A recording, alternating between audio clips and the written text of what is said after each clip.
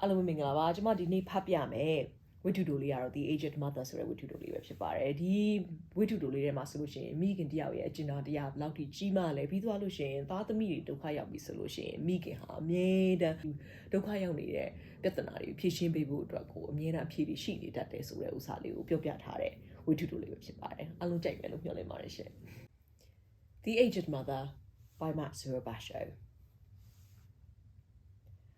Long, long ago, there lived at the foot of the mountain a poor farmer and his aged widowed mother. They owned a bit of land which supplied them with food, and they were humble, peaceful, and happy. Shining was governed by a despotic leader who, though a warrior, had a great and cowardly shrinking from anything suggestive of failing health and strength. This caused him to send out a cruel proclamation. The entire province was given strict orders to immediately put to death all aged people. Those were barbarous days, and the custom of abandoning old people to die was not uncommon. The poor farmer loved his aged mother with tender reverence, and the order filled his heart with sorrow. But no one ever thought twice about obeying the mandate of the governor. So with many deep and hopeless sighs, the youth prepared for what at that time was considered the kindest mode of death.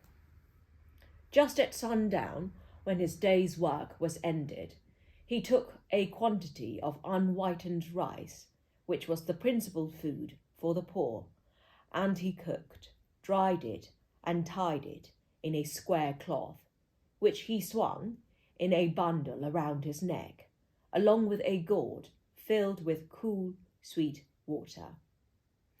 Then he lifted his helpless old mother to his back and started on his painful journey up the mountain.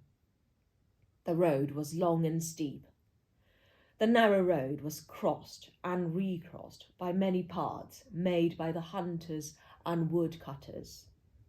In some place they lost and confused, but he gave no heed. One path or another, it mattered not.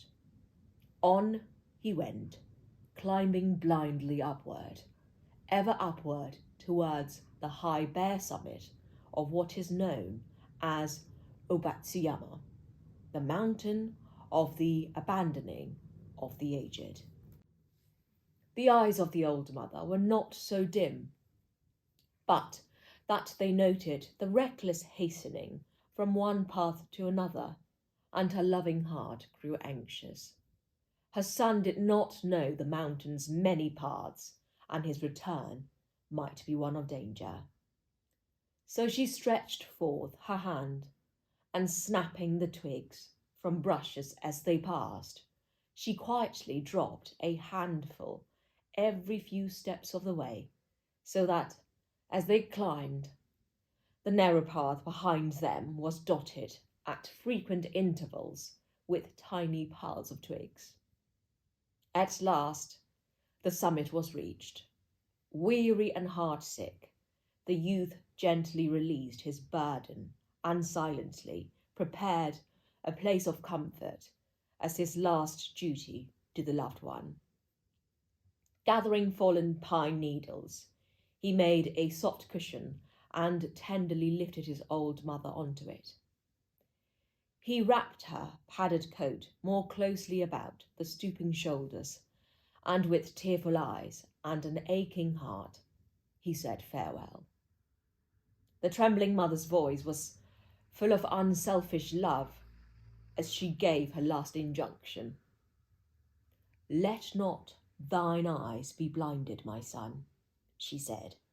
"The mountain road is full of dangers. Look carefully and follow the path which holds the piles of twigs. They will guide you to the familiar path further down."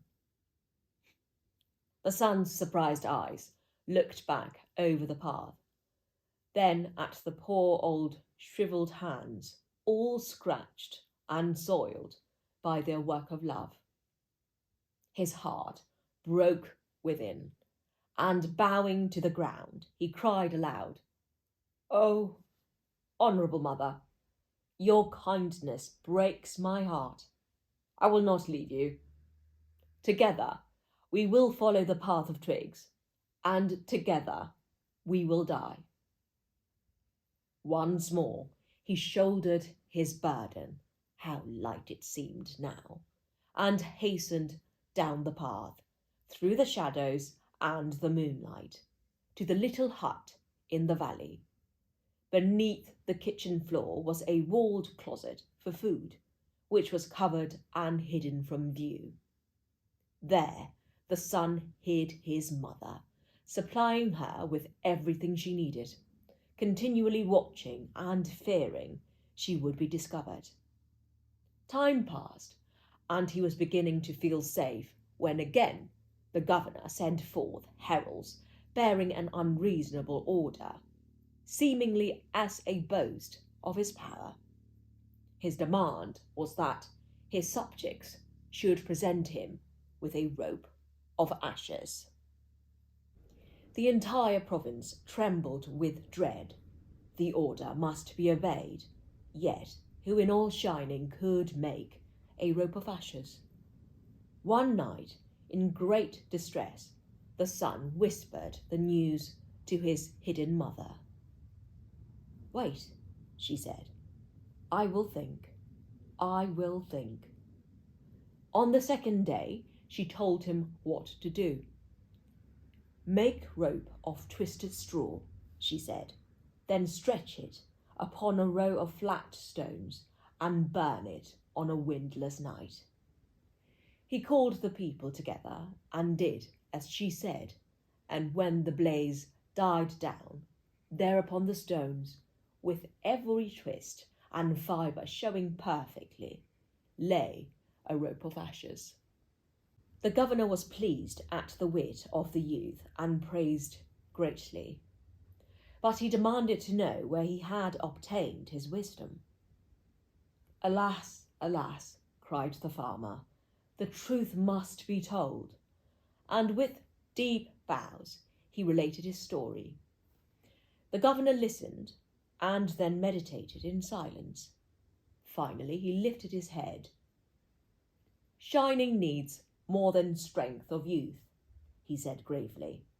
"Ah, that I should have forgotten the well-known saying, 'With the crown of snow there cometh wisdom.'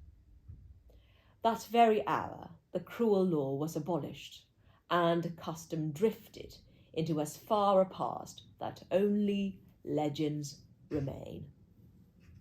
End of The Aged Mother by Matsuo Bashō.